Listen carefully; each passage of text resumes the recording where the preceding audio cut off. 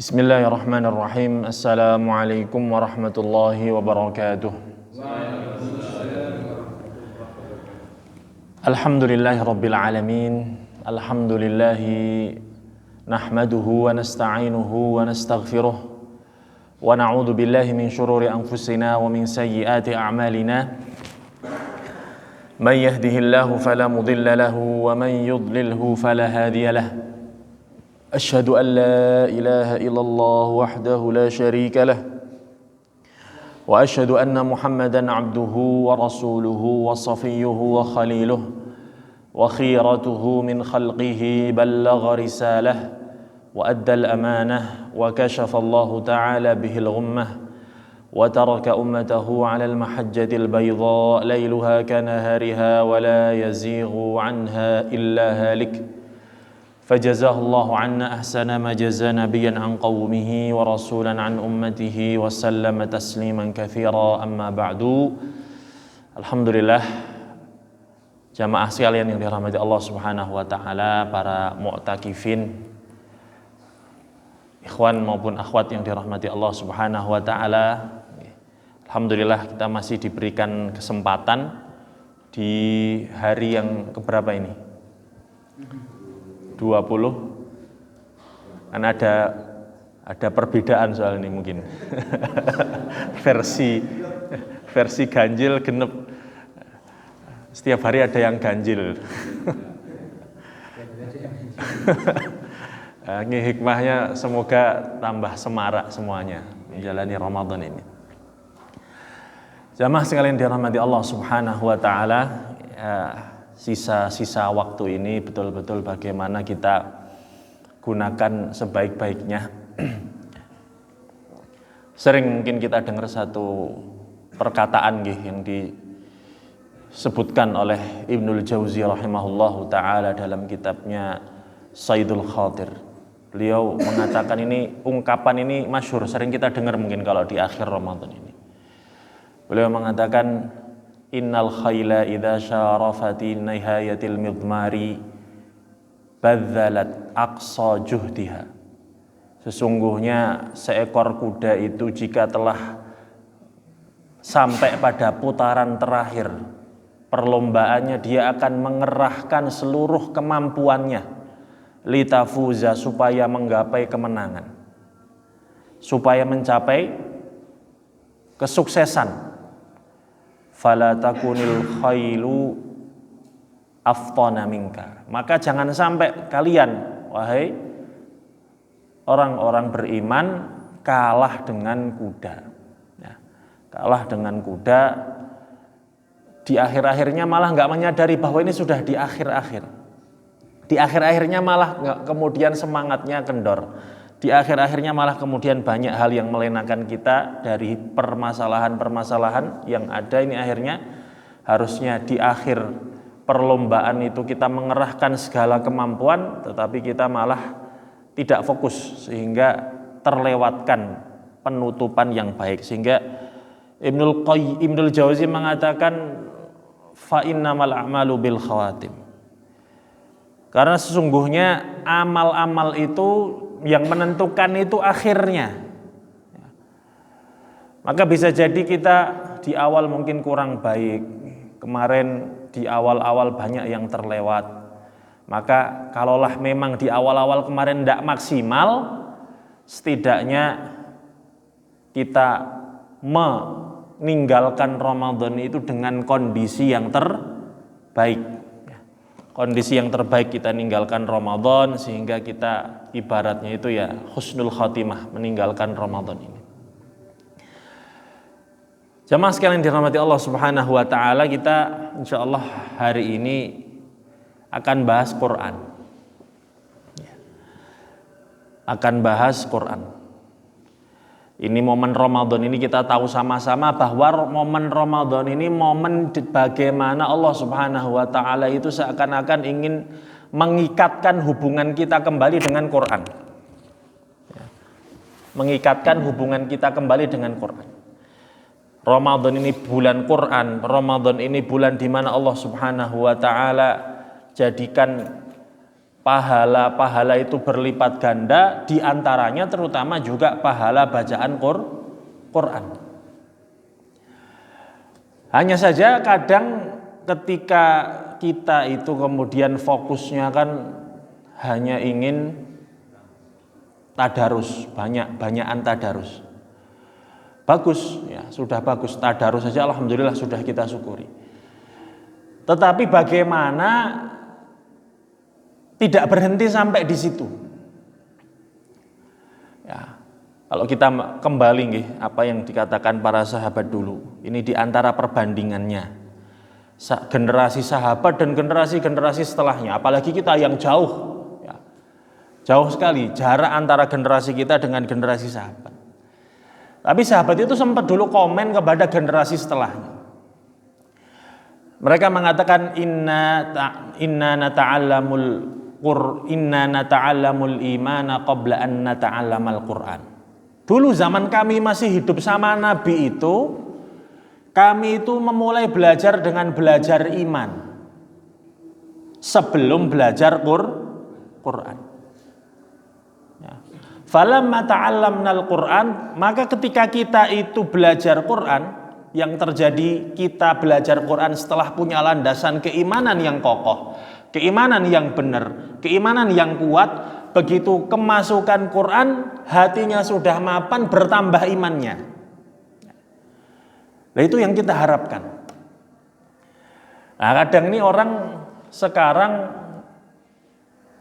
mereka langsung ke Quran, atau hubungan mereka di Quran itu nggak diposisikan dulu, dimulai dari hati, ya. Nggak dimulai dari hati, sehingga akhirnya baca Quran itu kadang-kadang kurang menambah iman.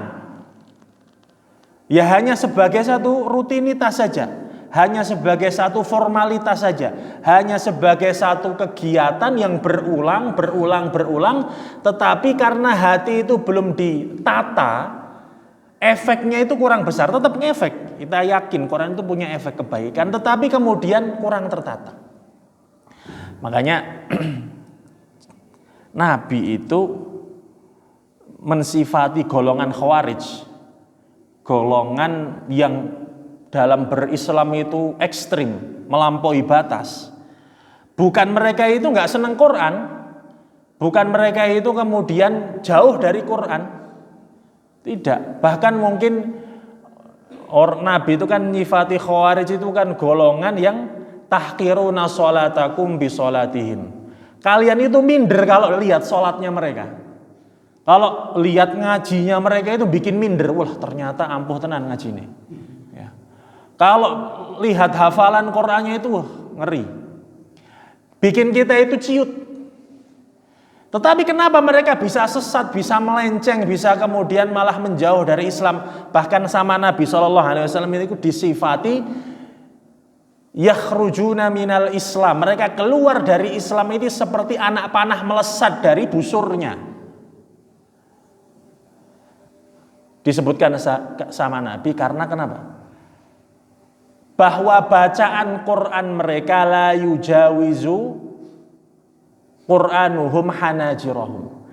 Bacaan Qur'annya itu nggak ngelewati nggak ngelewati kerongkongan turun di hati. Ya cuma di atas kerongkongan saja bacaan Qur'annya. Memang ngaji setiap hari, tadarus banyak, bahkan mungkin sebagian hafal Qur'an. Maka bahkan hafal Qur'an pun bukan jaminan mutlak orang itu kemudian maksum. Ya. Apalagi cuma hafal, nggak kemudian mendasarinya dengan iman, mentadaburinya, mengilmuinya. Kemudian ditambah rasa warok, rasa takut kepada Allah Subhanahu wa taala. Ya. Jadi jangan selesai hanya pada bacaan atau jangan selesai hanya pada hafalan. Allah Subhanahu wa taala berfirman, kitabun anzalnahu ilaika mubarakun liyadabbaru ayatihi. Ini Quran itu kita turunkan sebagai kitab yang membawa keberkahan. Bukan hanya sekedar lihat dulu untuk dibaca. Bukan sekedar untuk dilihat. Bukan sekedar untuk dimiliki mushafnya. Ya, apalagi mushafnya bagus-bagus di rumah banyak tapi jejer di lemari. Mulai dari yang enggak terjemahan per kata, sing warna-warni, sing tajwid, saking banyaknya. Tapi kemudian enggak kita sentuh. Lihat dabbaru, tetapi bagaimana kita mengambil ibrah, mengambil tadabbur, mengambil sesuatu pelajaran dari sana. Nah, maka coba bagaimana di bulan Ramadan ini biar bagaimana kita itu ikatan dengan Qur'annya itu betul-betul melekat. Harapannya adalah sebelum kita membaca Quran, sebelum banyak berinteraksi dengan Quran, terutama coba ayo sama-sama kita posisikan hati kita dipapakke. Tadi sahabat bilang kunna nata'allamul iman, kami belajar iman. Belajar iman itu maksudnya bagaimana? Nopo kemudian rukun iman yang pertama teori. Belajar iman itu apakah kemudian bab 1, bab iman kepada Allah Subhanahu wa taala, 2, bab iman kepada malaikat. Apakah kemudian kita belajar kayak di sekolah, ke sekolah itu sahabat dulu belajar bab iman itu kayak gitu? Betul. Zaman sahabat itu belajar iman itu praktek. Langsung dirasa ditempeleng sama orang kafir karena mau nampakkan iman, mau nampakkan sholat itu saja harus tes mental dulu. Belajar iman itu bagaimana merasakan diboikot oleh seluruh bangsa, seluruh kabilah Quraisy.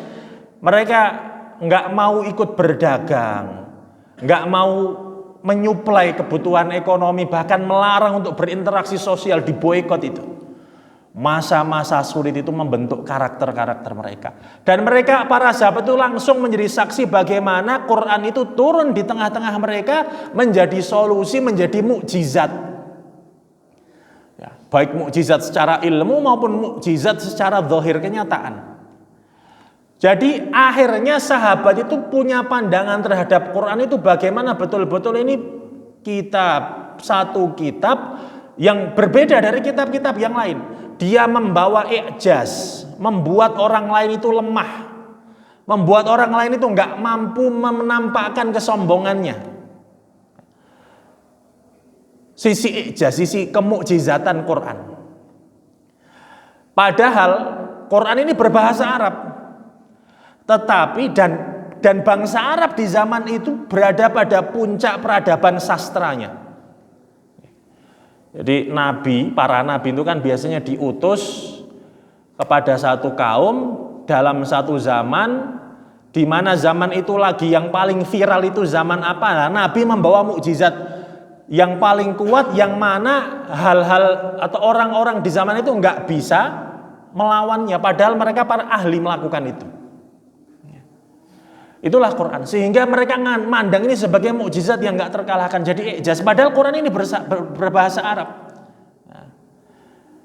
Inna anzalnahu Qur'anan Arabiyyan la'allakum taqilun di surat Yusuf. Kami turunkan Quran kepada kalian itu dengan bahasa Arab biar kalian berpikir, katanya kalian orang Arab.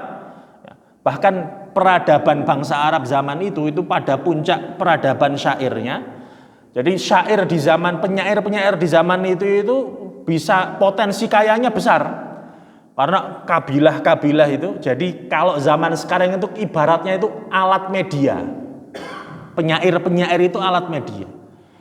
Karena kalau sudah perang narasi antara satu kabilah sama kabilah lain, mainnya itu lempar-lemparan syair, kabilah yang kelihatannya itu buruk sekali bisa diangkat, dijunjung setinggi-tingginya jadi seakan-akan baik.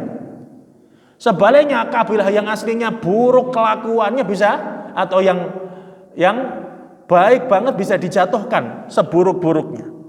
Itu bagaimana peran syair. Setiap tahun orang-orang bangsa Arab itu kumpul di pasar Ukas itu saling melemparkan syair-syair terbaik mereka, sehingga dalam sejarah jahiliyah itu dikenal dengan mu'allaqat sab'ah, 7 syair-syair terbaik yang digantung di Ka'bah. Karena saking itu syair-syair terbaik di zamannya yang gak ada lawannya. Tetapi begitu turun Quran berbahasa Arab, seakan-akan bahkan Allah nyindir, ada beberapa surat itu turunnya dimulai dari potongan-potongan huruf.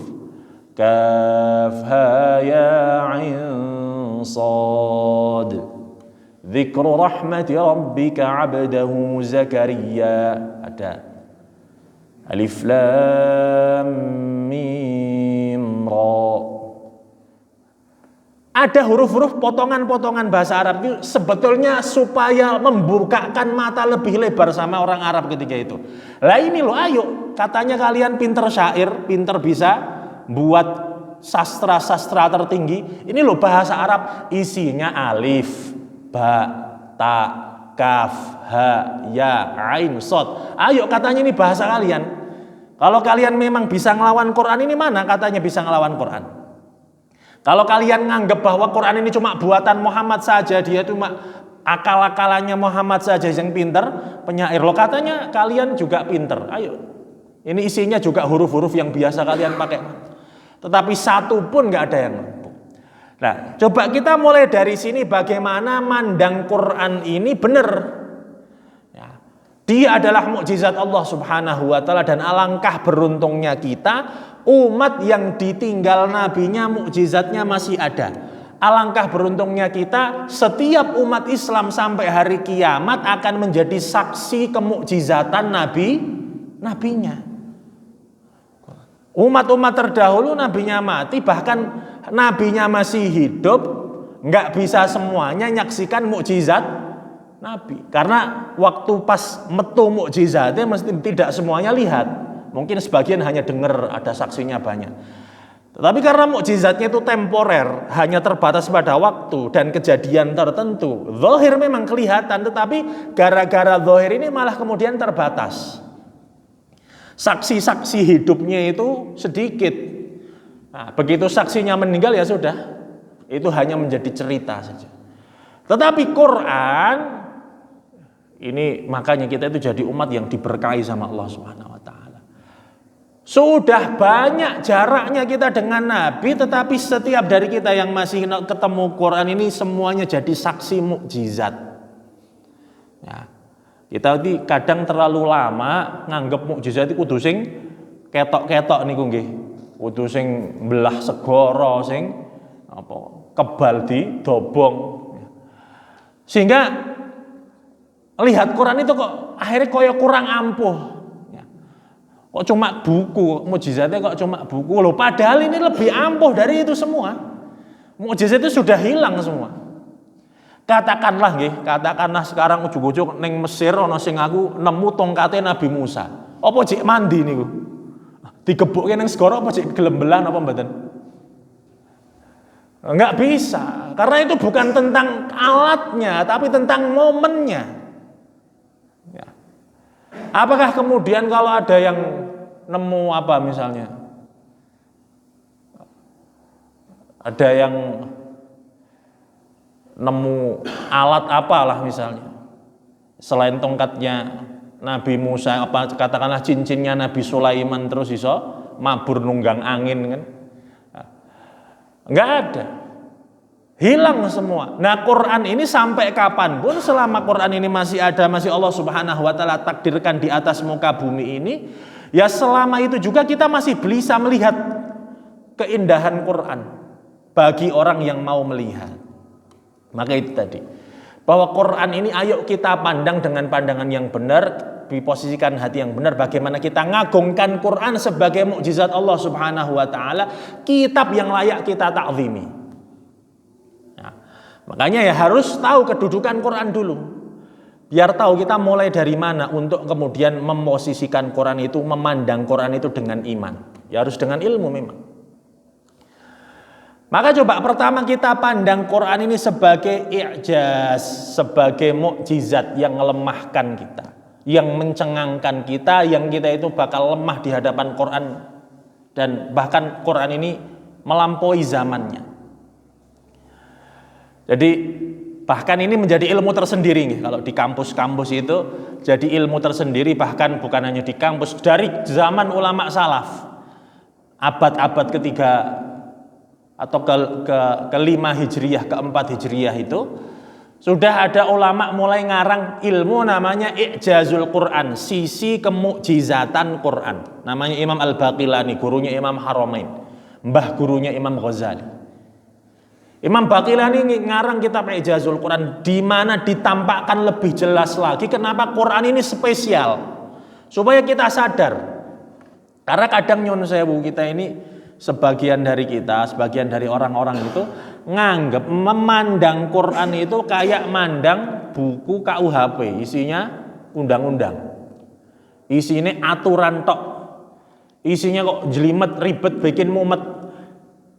Hanya isinya ngatur uripe wong kabeh. Sehingga males. Saya yakin mungkin nggak ada di sini yang hatam kitab KUHP-nya, nggak ada nih. Rakau bermales. Walaupun ngakunya penduduk Indonesia tapi males harus baca pasal-pasal. Ya karena itu kita anggap cuma isinya ruwet, hukuman-hukuman tok, aturan-aturan tok. Tapi coba pandangan Quran ini dirubah, kita ngelihat Quran ini. Quran ini solusi hidup. Quran ini jalan petunjuk. Quran ini menawarkan banyak sekali penyelesaian permasalahan dari segala macam problem kehidupan kita. Coba mulai pandang dari situ. Lawang kita ini mau tes CPNS kan beli bukunya kan, biar lulus. Rela, larang pun dibeli. Orang anak sekolah ini mau ujian nasional sama orang tuanya dibelikan buku-buku latihan soal yang buahnya biar belajar. Biar kamu lulus ujian besok nilainya bagus, dapat ijazah bisa lanjut kuliah di kampus-kampus yang ternama. Kita pengen anak kita itu pinter matematika, pinter matematika, dibelikan bahkan dileskan. Ya padahal itu hanya salah satu fase pencapaian hidup saja.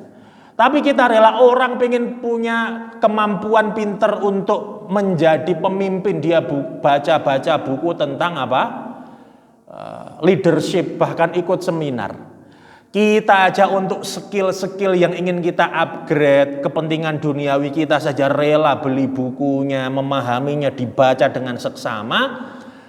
Lah Allah Subhanahu wa taala berikan kepada kita peta hidup, jalan solusi dari berbagai permasalahan kok nggak dibaca. Padahal itu terkadang banyak penyelesaian itu kita hanya perlu buka Quran saja. Makanya di antara kebiasaan ulama itu kan al-istiftah bil Quran.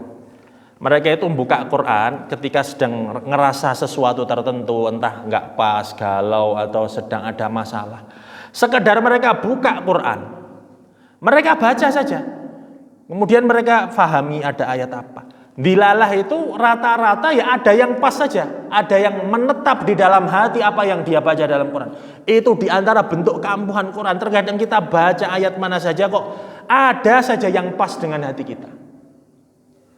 Itu bagaimana Quran menjadi obat. Jadi isinya itu jalan hidup, isinya itu solusi hidup. Kalau kita rela untuk yang lain demi mendapatkan solusi, baca buku, memahaminya, masa untuk Quran kita nggak rela. Atau kadang karena kita nggak paham Quran itu sebagai solusi hidup, hanya dibaca tapi nggak paham maknanya, sehingga kurang bisa mendalam. Kita nggak ragu bahwa setiap huruf Quran itu mengandung pahala, membawa kebaikan. Tetapi kita ingin lebih dari itu, karena kalau kita sudah membaca, setelah saya membaca sudah pahalanya menetap insya Allah di sisi Allah Subhanahu Wa Taala. Tetapi ada kesan yang tertinggal di dalam hati nggak? Katakanlah nih kita Ramadan alhamdulillah bisa khatam 30 juz. Selesai Ramadan, kalau 30 juz yang kita baca itu belas tanpa ada satu ayat yang kita ambil maknanya untuk kehidupan kita, seakan-akan jadi kenangan. Oh, Ramadan tahun ini saya ngaji baca Quran, dapat ayat kok pas sekali dengan masalah di hidup saya. Kok pas sekali dengan apa yang sedang saya alami. Oh, kok pas sekali ternyata dengan pengalaman saya di masa lalu. Itu jauh akan kita nggak lupa dan punya kesan tersendiri dan punya ikatan yang erat, lebih erat dengan Quran, karena kita punya pengalaman masalah saya ternyata ada penyelesaiannya di Quran. Itu jauh akan kita terkesan, terikat, terus terngiang-ngiang di kepala kita, sehingga tumbuh rasa cintanya. Karena orang itu tumbuh rasa cintanya itu kalau diberi sesuatu. Maka Nabi mengatakan tahadu tahabu, Salinglah kalian memberi hadiah, kalian akan saling mencintai. Nah, gimana kita akan tumbuh sama Quran rasa kalau nggak pernah punya pengalaman sama Quran itu diberikan sesuatu? Ini loh solusinya. Kita nggak pernah punya pengalaman sama Quran itu, ketenangan dalam hati diberikan sama Quran itu sesuatu keindahan. Ya, gimana mau tak rasanya tumbuh cinta sama Quran, tumbuh cinta merasa memiliki Quran, itu nggak akan tumbuh. Ya, mulai dari situ. Untuk menguatkan itu, bagaimana kita mandang Quran benar, saya akan kita bahas 3 hal aja. Pagi ini kita bahas 3 hal. Ini sebagai menguatkan ya, supaya kita juga bertambah kebanggaannya pada Quran. Ya. Dan layak sekali Quran itu kita angen-angen dan kita cintai sebetul-betulnya. Karena Quran mengajarkan sesuatu yang luar biasa. Yang pertama, bagaimana Quran itu mengajarkan logika ilmu dan jalan pikir manusia. Ini bukan hal yang sederhana. Quran itu turun di satu masa, satu zaman, kondisi masyarakatnya itu secara logika itu rusak. Jalan pikirannya rusak. Ya. Yang mereka itu cara berpikirnya hancur sudah, nggak masuk akal. Gimana nggak rusak? Kok bisa alam semesta yang sempurna ini, ada langit, ada bumi, ada gunung, ada fenomena-fenomena alam, gerhana matahari, gerhana bulan, ada lautan, ada indahnya sungai-sungai, pepohonan, dedaunan, dan tanaman yang bermacam-macam. Kok kemudian dianggap yang menciptakan alam semesta ini, yang mereka anggap Tuhan itu salah satunya adalah sesuatu yang mereka buat dari batu, berhala. Yang mereka suruh buat berhalanya ini adalah budak dari Afrika. Karena zaman dulu orang-orang Arab kan bos-bosnya. Mereka punya budak, punya pembantu dari Afrika yang jadi tukang-tukang batu, itu yang disuruh buat Tuhannya. Kamu coba buatkan Tuhan. Jadi diukir dari batu. Kadang dibuat dari kurma, kadang dibuat dari tembaga. Makanya awal-awal Nabi dakwah itu kan yang ditanyakan aneh sama orang kafir Quraisy. Wahai Muhammad, sif lana rabbak, ceritakan Tuhanmu itu seperti apa.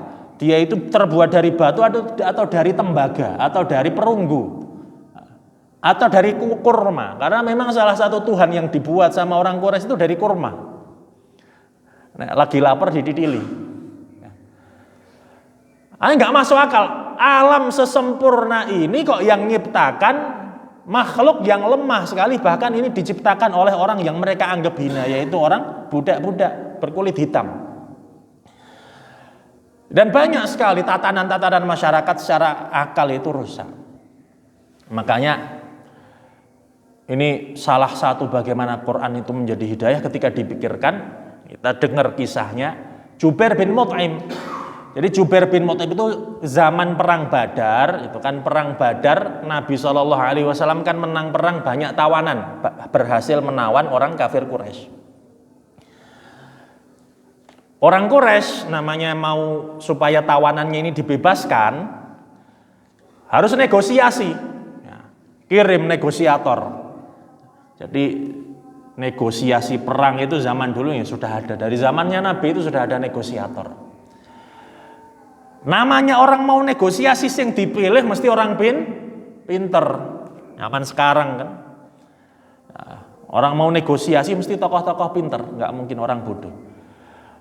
Zaman itu dipilihlah Jubair bin Mut'im untuk berangkat ke Madinah. Ayo kamu negosiasi supaya orang-orang kita dibebaskan.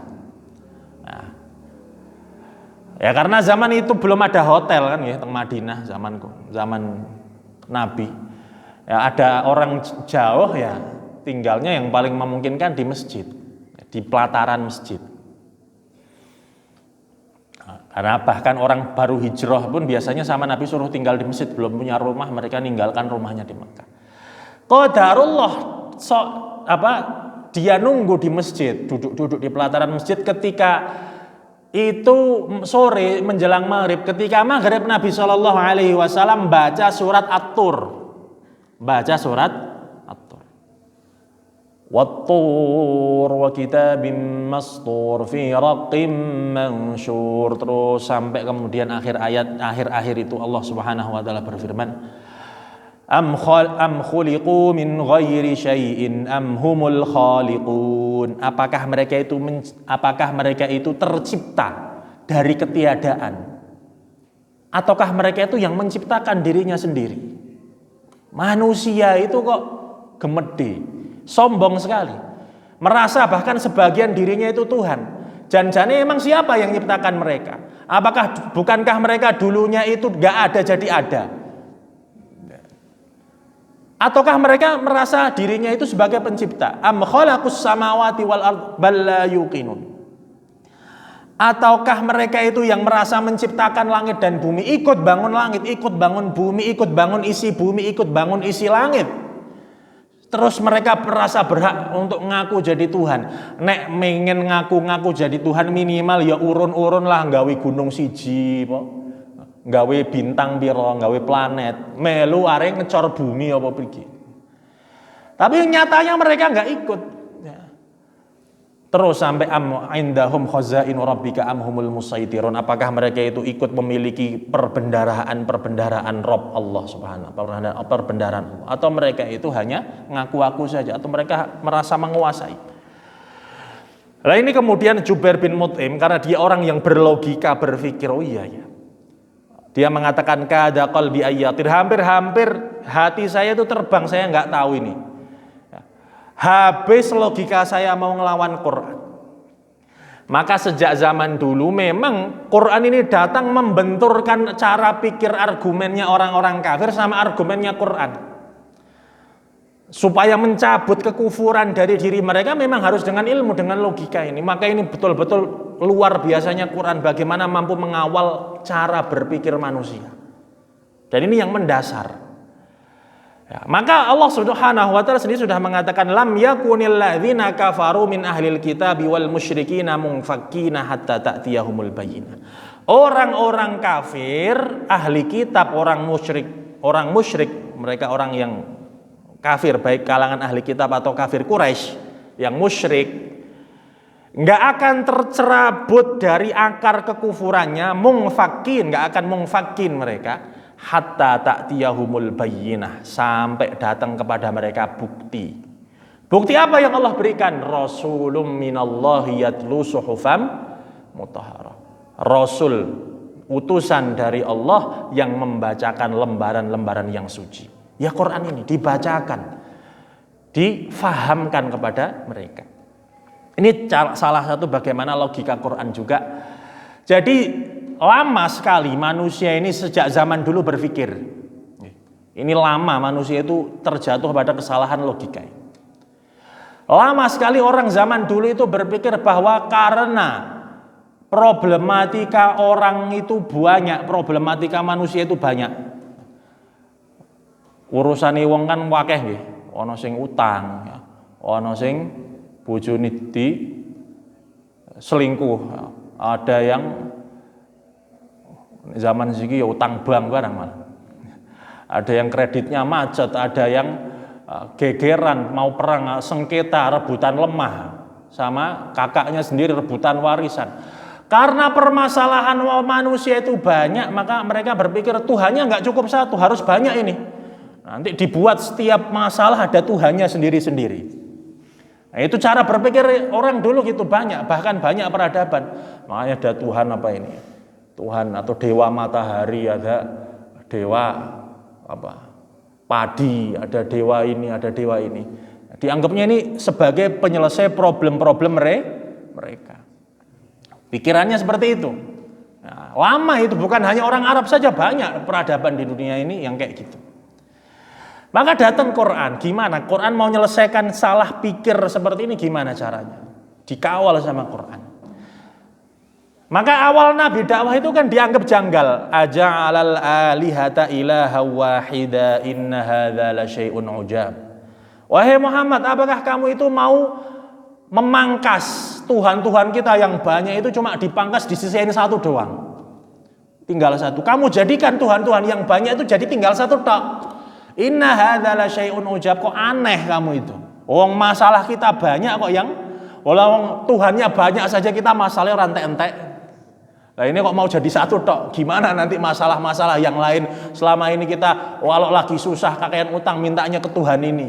Kalau lagi pengen jodoh ora teko-teko mintanya ke Tuhan ini. Kalau lagi laparan nggak punya makanan mintanya ke Tuhan ini. Kok sekarang jadi satu lah, masalah kita banyak wahai Muhammad. Kamu itu gimana cara pikirannya? Nah, Nabi itu karena bawa Quran sama Allah dikawal gini cara jelaskannya. Ini saking sayangnya Allah juga kepada manusia, dikawal dari fase ke fase berpikir yang benar. Maka Allah Subhanahu wa taala turunkan di Quran itu surat Az-Zumar ayat 29 dan metodenya nanti mirip-mirip. Allah Subhanahu wa taala berfirman, Daraballahu mathalan rajulan fihi syuraka'u mutasyakisuna wa rajulan salaman li rajulin hal yastawiyani mathala alhamdulillahi bal aktsaruhum la ya'lamun. Allah memberikan permisalan. Jadi salah satu cara Allah itu menanamkan ilmu, metodologi Quran itu memberi contoh. Ya, memberi contoh, memberi permisalan. Ini nyata dalam kehidupan. Kadang orang itu nggak usah banyak dikasih tahu, langsung aja dicontohi. Ya. Kalau ada teori jelimet-jelimet, kadang dikasih contoh lebih jelas. Maka dalam ungkapan Arab itu ada katakan bil mithali yattadhihul maqal. Dengan permisalan, omongan jadi jelas. Oh, ngebahasin. Oh, maksudnya itu tuh. Maka Allah memberikan permisalan. Coba kamu pikir. Daraballahu mathalan rajulan fihi syuraka'u mutasakishun. Allah Subhanahu wa taala memberikan permisalan kalau ada satu orang budak dimiliki oleh beberapa orang. Ya. Yang kemudian kepentingannya itu macam-macam. Ya, karena dia budak. Zaman sekarang mau nyontohkan budak agak susah karena kurang bisa tergambar. Gini aja. Coba bayangkan ada satu kuda. Ada kuda. Kuda ini dibeli 2 orang patungan. 15 juta dapat kuda. Niatnya pokoknya mau digunakan dukar. Karena belinya patungan, sama-sama butuh duit buat kerja, ini mau kita jadikan dukar wisata. Nah, nanti cara bagiannya sehari kamu yang pakai, sehari saya yang pakai. Ya, bagi 2. Jadi selang-seling. Kudanya 1. Tapi dia dimiliki oleh 2 orang. Ini seperti rajulan fihi syuraka'u mutasyakisun. Dia dimiliki oleh beberapa orang. Kira-kira lebih nyaman mana? Satu kuda dimiliki 2 orang atau satu kuda ya punya 1 orang? Lebih nyaman mana? Ini kita lihatnya dari sudut pandang kuda, nggih. Bukan berarti kita kuda. Tapi coba dipikir dari sudut pandang kuda. Kalau jadi kudanya lebih enak mana? Saya ikut 1 orang aja atau saya dimiliki 2 orang? 1 orang.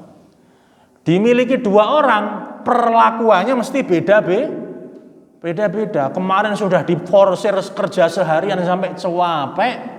Ya. Kemudian yang punya ini belum sempat ngasih makan nyervis yang enak, besoknya sudah dipakai teman yang satunya.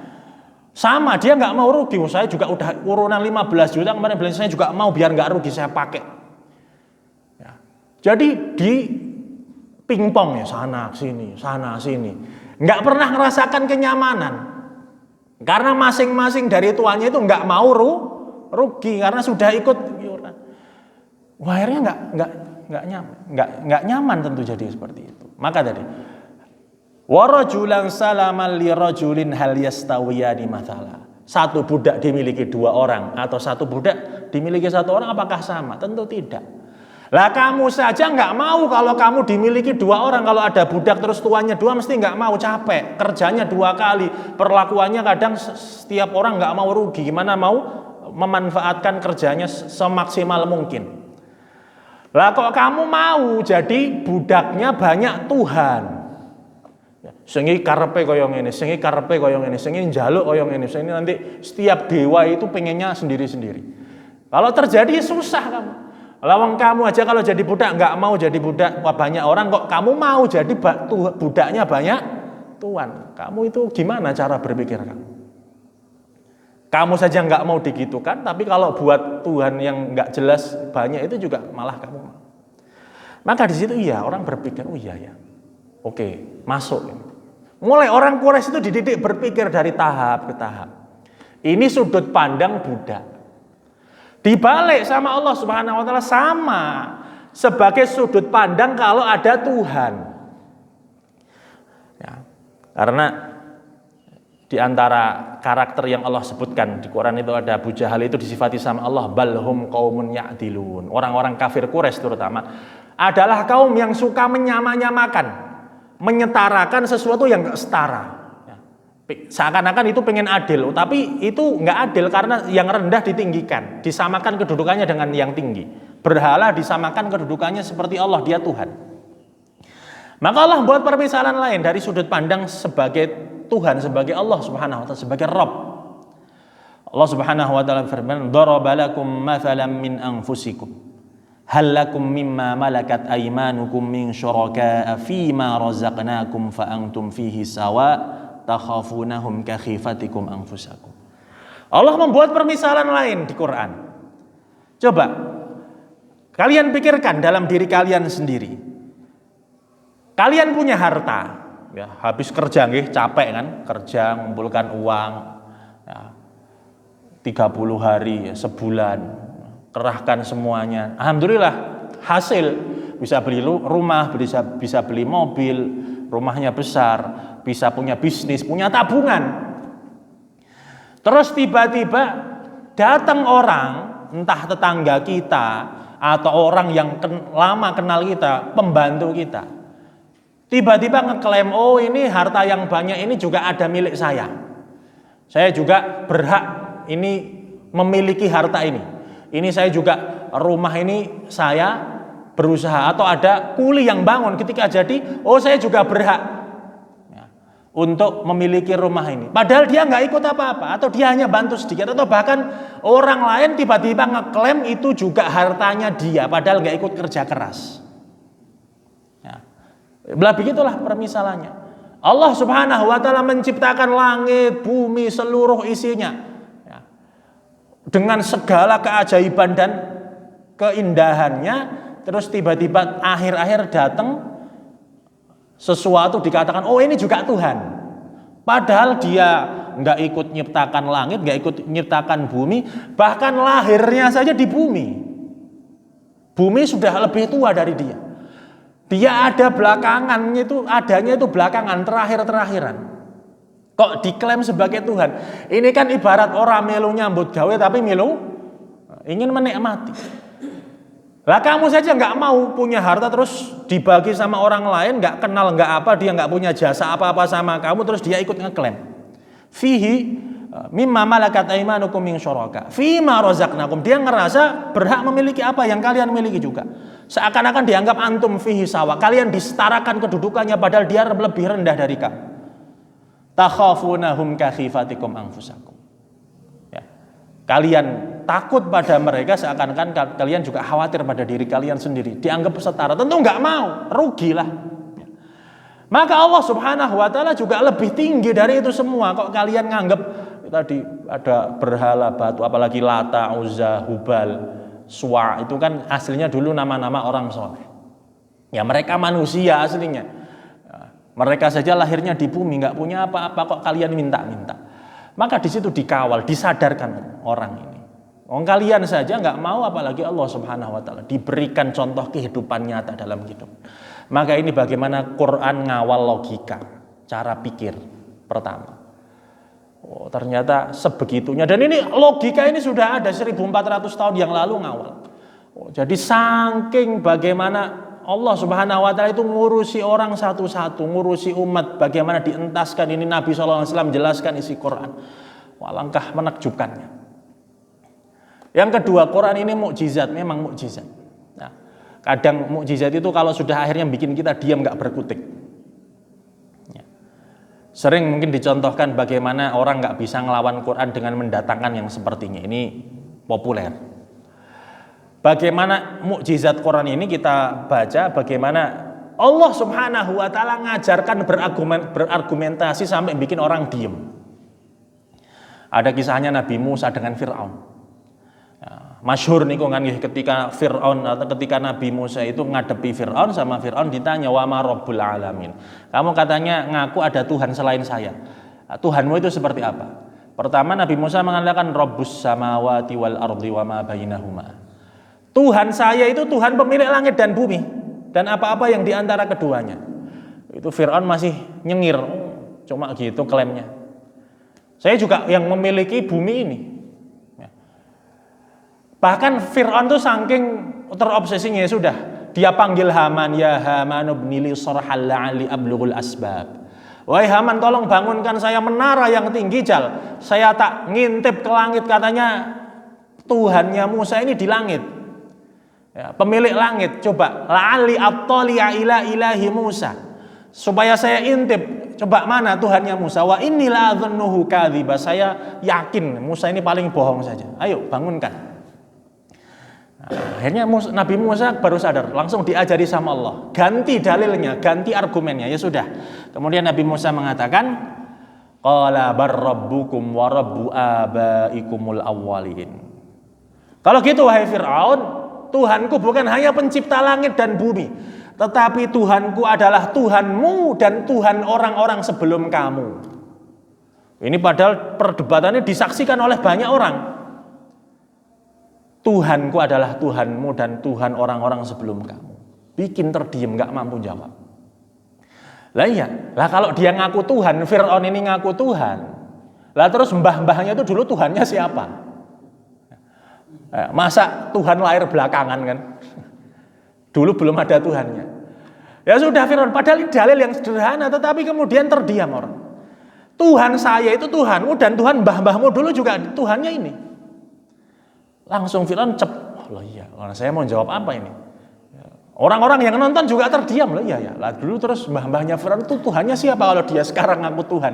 Masa Tuhan itu lahirnya disusui sama ibunya kan? Lucu.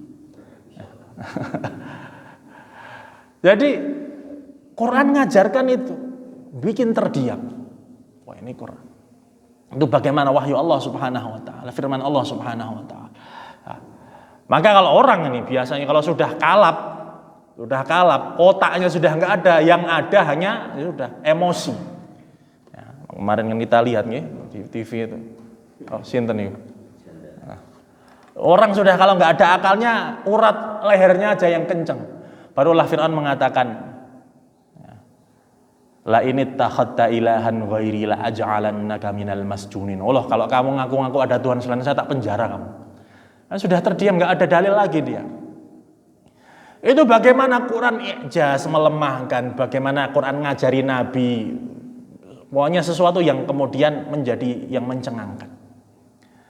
Bukan, masih ada banyak lagi seperti ini. Bukan hanya dari satu sisi ini. Ada dari sisi bahasa, karena memang Quran ini salah satu mukjizatnya yang terkuat, salah satunya dari sisi lughah bahasa. Ini sekedar cerita tambahan saja. Tahun 2012, tahun 2012 itu ada konferensi ahli-ahli linguistik bahasa dunia. Jadi profesor-profesor, ilmuwan-ilmuwan yang mempelajari tentang bahasa-bahasa dunia. Ini 2012 di Madrid ada konferensinya. Di antara resolusi pertama, mereka mau mengajukan satu resolusi kaidah bahwa di bahasa-bahasa seluruh dunia ini hampir disepakati, bahkan disepakati tidak ada bahasa yang hurufnya itu bertumpuk satu huruf 4 atau lebih. Ini dalam kaidah bahasa Arab disebutnya biasa dengan karohiyatu tawalil amsal. Dimakruhkannya berderet satu huruf yang sejenis. Ya. Satu huruf yang sejenis. Ya. 4 atau berderet. Karena biasanya itu berat diucapkan plus biasanya nggak punya makna. Makanya dalam bahasa Arab itu kalau ada huruf lebih dari 4, itu biasanya mesti salah satunya tasdid. Jadi nggak semuanya berharokat. Nah, makanya di shorof itu ada wazn khumasi seperti istighfar atau apa. Salah satunya mesti sukun, istighfar, bukan asata ghafaro. Atau kata batu, mesti katab tuh. Atau apalagi hurufnya sejenis satu huruf berderet. Itu di bahasa manapun nggak ditemukan. Itu lumrah, bahasa-bahasa dunia itu seperti itu. Tapi kemudian karena di antara yang ikut dalam konferensi itu ada salah satu ilmuwan muslim, ahli pakar bahasa dan dia ahli Quran, dia ngajukan, enggak, ada satu bahasa yang enggak sama dengan bahasa-bahasa yang ada ini. Jangankan 4 huruf, dia bahkan bisa berderet 8 huruf. Hurufnya sama dan mengandung makna. Ya, mengandung makna. Bisa kita baca di surat Hud ayat 48. Ini kisah Nabi Nuh. Ya. Kisah Nabi Nuh. Ketika Nabi Nuh diselamatkan bersama kaumnya di atas perahu. Ya. Ketika Allah Subhanahu wa taala berfirman di sana, innahu min alaysa mihalik innahu amalun ghairu salih fala tas'alni ma laysa laka bihi ilm inni a'idzuka an takuna minal jahilin. Qila ya Nuh bisalamin minna. Wahai Nuh, bersandarlah kamu, maksudnya dari pelayar ini. Turunlah dari kapal setelah banjir bandang yang beberapa hari itu. Turunlah kamu dari kapalmu bisalamin minna, dengan jaminan keselamatan dari kami. Turunlah kamu. Bisalamin minna wa barakatin alaik, dan keberkahan atasmu. Wa ala umamin mimman ma'ak, dan diberkatilah kamu bersama umat-umat yang bersama kamu, golongan umat beliau yang ikut naik ke kapal yang beriman kepada Allah Subhanahu wa taala. Ini kata wa ala umamim mimman ma'ak. Mim ma'ak. Yang zahir 5 memang. Tetapi 3 diantaranya itu musyaddad, ada tasdidnya. Jadinya karena huruf tasdid kan dihitungnya 2, akhirnya totalnya 8. Ini satu huruf berentet mim, ya. Wa ala umamim mimman ma'ak. Ini salah satu kemukjizatan. Kalau kita bahas mukjizat lagi nggak habis-habis sebetulnya. Satu lagi, Allah Subhanahu wa taala berfirman di surat Al-An'am ayat 125. A'udzu billahi minasyaitonir rajim. Wa may yuridillahu ayyahdiyahu yashrah sadrahu lil Islam. Barang siapa ingin diberikan hidayah sama Allah akan dilapangkan dadanya menerima Islam. Wa may yurid ayyudillahu, tetapi barang siapa yang Allah inginkan kesesatan, yaj'al sadrahu dayyiqan, Allah akan jadinya hatinya itu sempit. Ka'annama yas'adu fis sama, dadanya sempit seakan-akan dia naik ke atas langit. 1400 tahun yang lalu, siapa yang tahu kalau orang itu semakin naik ke atas tuh oksigennya tipis. Ya. Makanya kadang orang, ya kita lihatlah pilot-pilot pesawat jet itu kan mesti pakai masker oksigen kan, pesawat jet. Apalagi jelas astronot, semakin ke atas udaranya semakin tipis. Mungkin orang dulu sebelum ditemukannya pesawat orang bisa naik ke atas ya, memahami ini gimana nih, terbayang aja. Ka'annama yas'ad, orang itu kalau ke atas, semakin ke atas langit itu nafasnya semakin sempit. Tapi kemudian baru terbukti memang seperti itu, dan banyak sekali ayat-ayat seperti ini.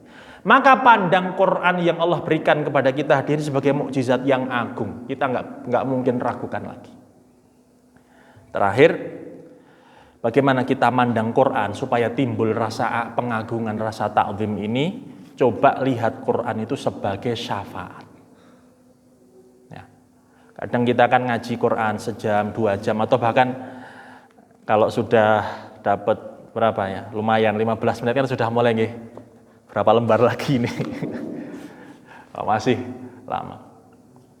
Coba dipandang Quran ini bukan seakan-akan memang kita lihat sekarang itu Quran itu benda mati. Tapi Quran itu niteni, Pak. Quran itu ketika dibaca sama orang yang baca Quran, dia itu mengawasi, oh ini orang baca saya. Setiap surat bahkan, surat itu ngerasa, dibaca itu ngerasa. Nabi SAW bersabda, Iqra'ul Qur'an fa innahu ya'ti yaumal qiyamati syafi'an li ashabih. Bacalah Quran karena sesungguhnya dia akan datang di hari kiamat memberikan syafaat. Coba dipikir. Kalau lagi mungkin ya capek baca Quran, pandang Quran itu sebagai sahabat dekat kita, teman kita. Teman. Yang mana suatu saat dia akan tahu apa yang kita lakukan kepadanya selama di dunia dan dia akan menjadi pembela kita yang paling depan di hadapan Allah Subhanahu wa taala. Pembela. Quran itu mengawasi orang yang membaca, merasa oh Quran orang ini membaca saya. Oh bahkan orang ini sampai tidur malamnya berkurang di bulan Ramadan. Begadang saya dibaca. Ngerasa Quran ini suatu saat nanti di hari kiamat hidup dia. Jadi pembela kita kalau kita memang betul-betul jujur dengan Quran. Dia akan bangkit, dia akan hidup dan dia akan menjadi pembela kita sebenar-benarnya di hadapan Allah Subhanahu wa taala. Ada satu riwayat, sebagian mendhaifkannya, tapi ini kita bisa jadikan salah satu rujukan bagaimana Quran ini sebagai syafaat. Karena semuanya bersepakat, Quran syafaat.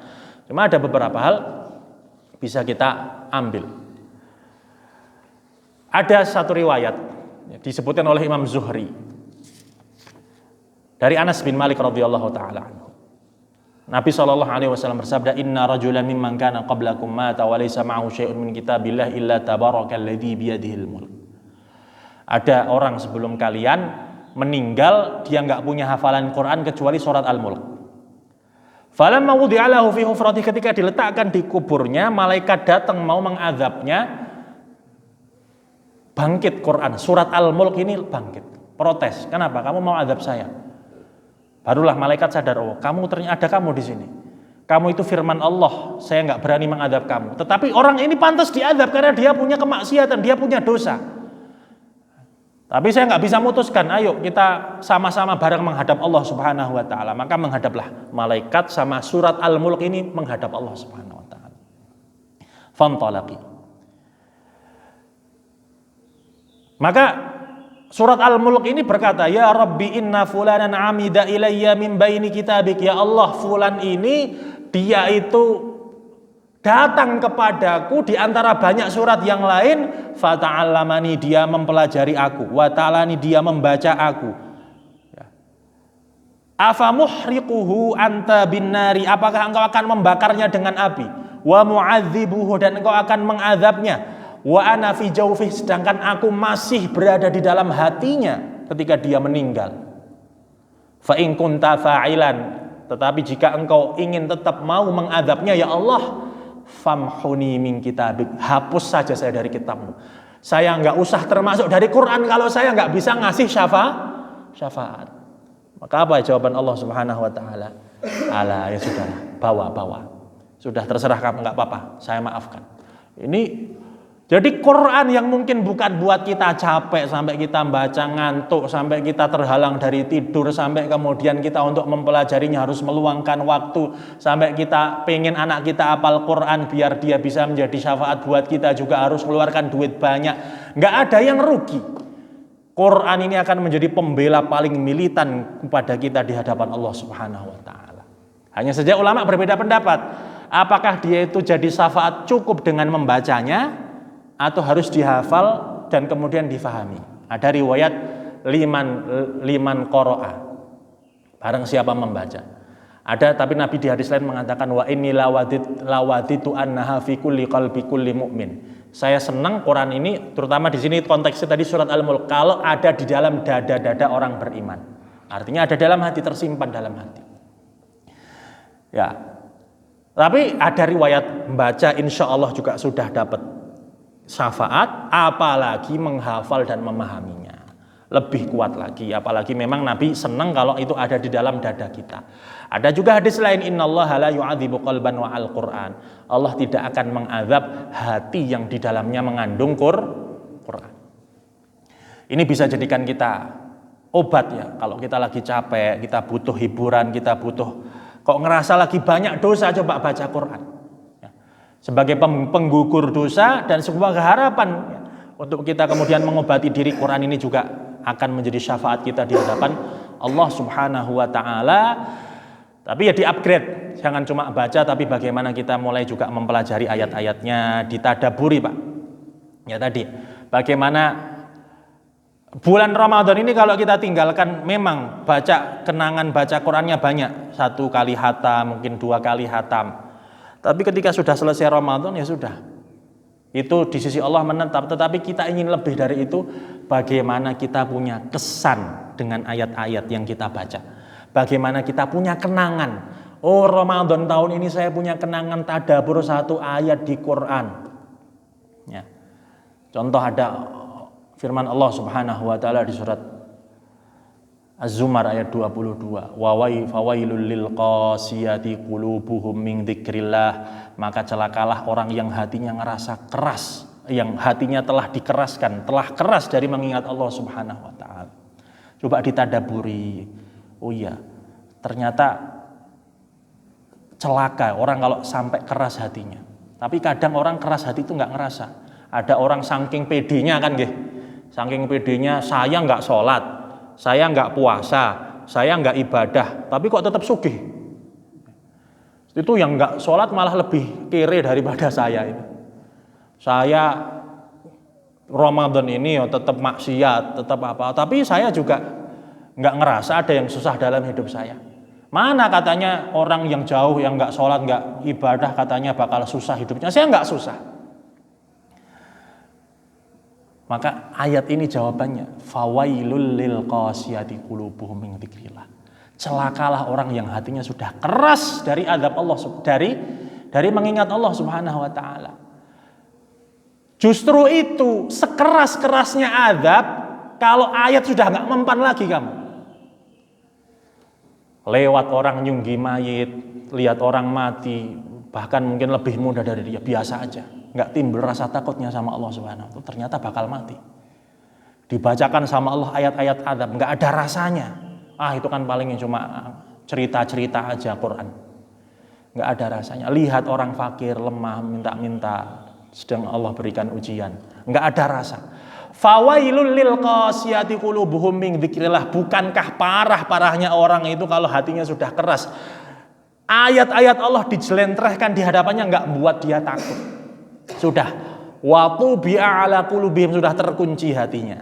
Makanya Ibnul Qayyim rahimahullah taala mengatakan, ma duriba rajulun bi'uqubatin, tidak ada satu orang yang diazab oleh Allah dengan azab yang lebih pedih, a'zama min qaswatil qalbi, lebih parah daripada kerasnya hati. Orang kalau sudah sampai kerasnya hati, sudah parah-parahnya, bahkan lebih parah dari yang dikasih penyakit, sudah dikasih ini, dikasih ini. Karena seakan sudah dibacakan ayat sudah nggak mempan, dan Allah sudah menyampaikan hujah tapi nggak masuk ke dalam hati. Hatinya sudah mengeras, membatu. Padahal Allah katakan gunung saja terpecah belah takut dengan firman-Nya Allah. Tetapi sekeras apa hati manusia yang lalai dari Allah Subhanahu wa taala, sehingga dibacakan ayat-ayatnya tidak terasa satupun rasa takut pada Allah Subhanahu wa taala. Ini coba kita perbaiki lagi bagaimana kita mandang Quran, ditambahkan dengan keimanan, bangga, takzim betul-betul dengan Quran. Quran ini sudah melampaui zamannya ketika itu dengan bagaimana dia mengawal metodologi ilmu, akal, menakjubkan, mukjizat-mukjizat yang dikandung di dalamnya. Dan dia bukan hanya sebagai mukjizat, dia sebagai salah satu penyelamat kita yang akan berhujjah membela kita di hadapan Allah Subhanahu wa taala. Maka sayangi Quran kita, tumbuhkan rasa cinta, ambil sesuatu yang berharga dari Quran.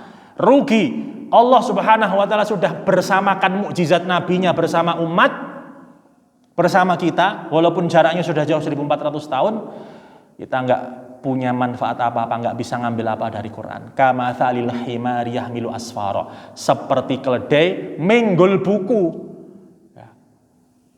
Keledai bisa membaca kitab, betul?